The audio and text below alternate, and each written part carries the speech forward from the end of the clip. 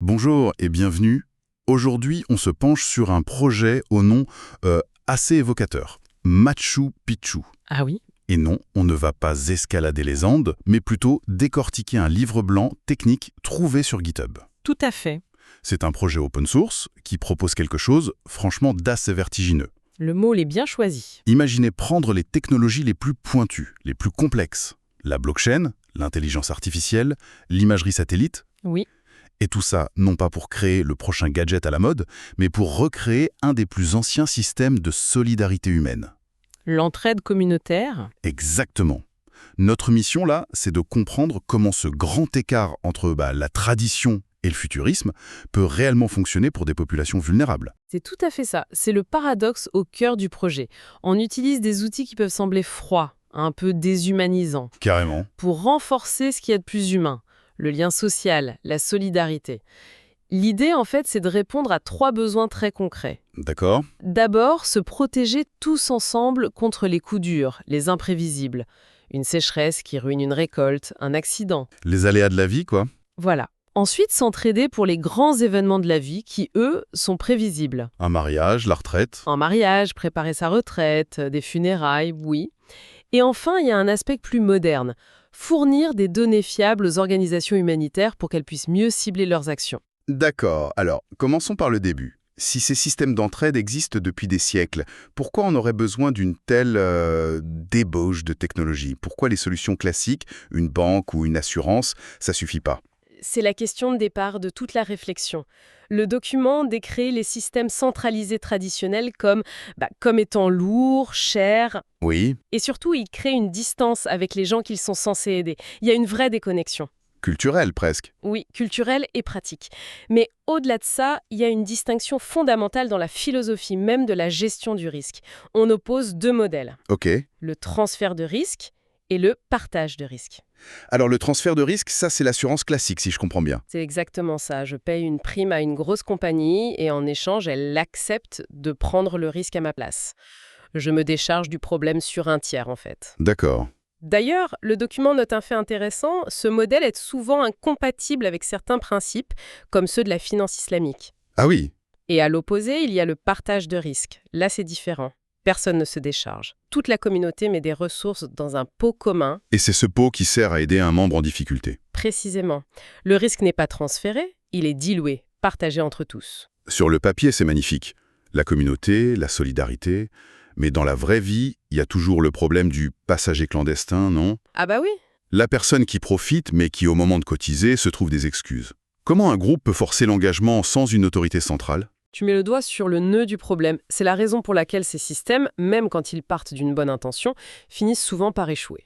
Ou par se transformer? Oui, ou par devoir se structurer comme des assureurs classiques, avec une hiérarchie, des moyens de coercition.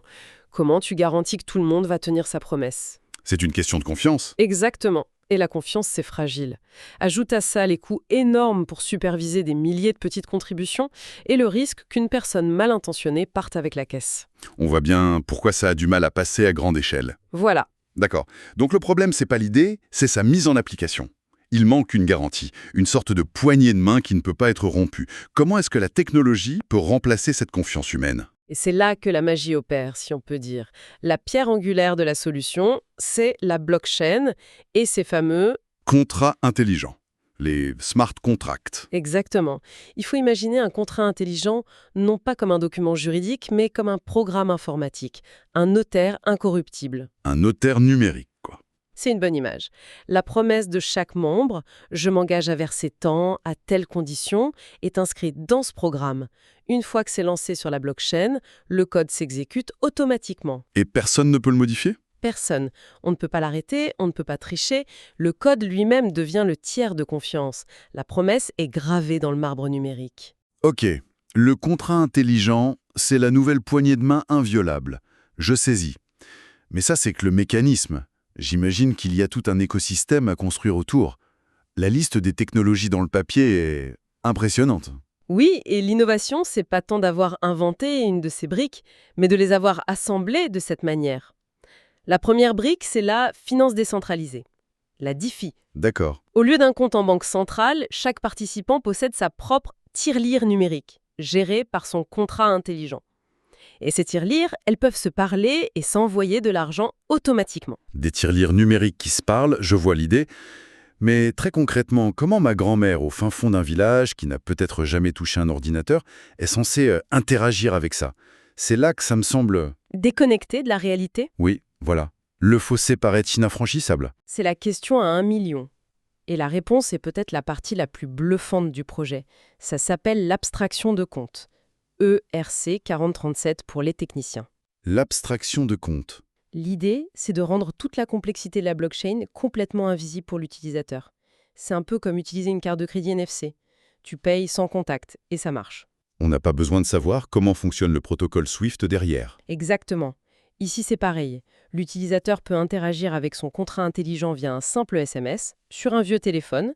Il envoie un message et derrière, la machine complexe se met en marche sans qu'il ait besoin de savoir ce qu'est une clé privée ou une signature cryptographique. D'accord, là c'est un vrai tour de magie. L'accès est simplifié à l'extrême. Mais une fois qu'on a l'accès, comment le système décide qui aider et pourquoi? On ne peut pas mettre un éleveur dont le troupeau est malade dans le même panier qu'un agriculteur dont le champ est inondé, par exemple. Non, bien sûr. Les communautés de solidarité doivent avoir un sens. Et c'est là qu'intervient l'intelligence artificielle. Ah, Avec une technique appelée Word Embeddings. C'est un peu comme si l'IA créait une carte géographique géante où les mots seraient des villes. d'accord. Les mots qui ont des sens proches, comme agriculteur, récolte et sécheresse, sont des villes voisines sur cette carte. Je vois. Quand un nouvel utilisateur décrit son activité en quelques mots, même très simples, l'IA le place sur cette carte. Elle peut alors repérer des quartiers entiers d'utilisateurs qui ont des profils de risque similaires. Ça permet de former des groupes de partage de risques logiques de manière quasi automatique. C'est fascinant. L'IA qui cartographie les liens sociaux. C'est un peu ça, oui. Et pour un risque très concret, comme une mauvaise récolte, comment le système vérifie que c'est réel? On ne peut pas se fier juste à la déclaration d'une personne. Non, bien sûr. Et ça, c'est le 3e pilier technologique, l'observation de la Terre. L'analyse d'images satellites est devenue très accessible et peu coûteuse. Donc on regarde depuis l'espace. On regarde depuis l'espace. Le système peut utiliser ces images pour évaluer objectivement la santé des cultures dans une région, en comparant la couleur de la végétation par exemple. Pour détecter les premiers signes d'une sécheresse. Voilà. Mais ce qui est très malin, c'est que cette analyse froide venue du ciel est couplée à un système de vote sur la blockchain. Ah, d'accord. Les membres de la communauté peuvent confirmer ou infirmer ce que disent les satellites, en apportant leur connaissance du terrain. C'est une évaluation collaborative qui allie technologie et savoir local. C'est un bon équilibre. Et pour aller plus loin, une autre couche d'IA peut analyser ces images sur le long terme pour déceler des anomalies et donc anticiper certains risques. Et toutes ces données, les profils, les votes, elles sont stockées où? Bonne question. Pour que tout ça soit sécurisé sans dépendre d'un serveur central, le projet utilise un système de stockage décentralisé qui s'appelle IPFS. Chaque morceau d'info est réparti sur tout le réseau. Ce qui le rend extrêmement résilient. Tout ça est incroyablement ambitieux. Un système ultra sécurisé, intelligent, et pourtant utilisable via un SMS par une personne qui ne sait peut-être pas lire. Le défi est colossal. Colossal. Et il y a quelques années à peine, il aurait été tout simplement insurmontable. C'était de la science-fiction. Qu'est-ce qui a changé? Plusieurs évolutions majeures ont rendu ce projet, sinon facile, du moins envisageable aujourd'hui. Ok. La première, la plus évidente, c'est l'expansion quasi totale du réseau cellulaire, même dans les zones très reculées. Sans ça, rien n'est possible. C'est la base. La deuxième, c'est l'arrivée des monnaies numériques de banque centrale, les CBDC. Ça crée un pont essentiel entre cet argent numérique décentralisé et l'économie réelle. D'accord, ça rend la chose concrète. Exactement. Troisièmement, l'écosystème des logiciels open source est si mature que toutes ces briques technologiques sont disponibles gratuitement. Ça réduit les coûts de façon drastique. Et il y a un dernier point, c'est ça? Oui, un dernier point très terre-à-terre que je trouve génial, c'est le matériel. Pour faire tourner un nœud du réseau, on n'a pas besoin d'une ferme de serveurs. Non. Non, un simple ordinateur monocarte de la taille d'une carte de crédit avec un petit disque dur SSD, ça suffit. La consommation électrique annuelle d'un tel système est chiffrée à moins de $20. Moins de $20? C'est un détail, mais ça change tout. Ça veut dire que l'infrastructure physique peut être possédée et gérée localement, par la communauté elle-même. C'est ça qui est clé. La technologie n'est pas juste parachutée, elle peut être réellement appropriée, à un coût soutenable. Alors, si on prend un peu de hauteur pour conclure, qu'est-ce que ça nous dit tout ça? Si je résume l'idée la plus contre-intuitive que je retiens, on nous parle de blockchain et d'IA, des technologies qui peuvent sembler abstraites, déshumanisantes même. Oui, Mais le but final, c'est de recréer le système de confiance le plus humain qui soit, celui d'un petit village, mais en le rendant scalable et infalsifiable. La technologie ne remplace pas la confiance, elle la rend mathématiquement inévitable. c'est une excellente synthèse. Et ce qui est fascinant, c'est cette inversion complète de la logique habituelle. D'habitude, pour rendre la tech accessible, on la simplifie, on la dégrade un peu. On enlève des fonctionnalités. Voilà. Ici, c'est l'inverse.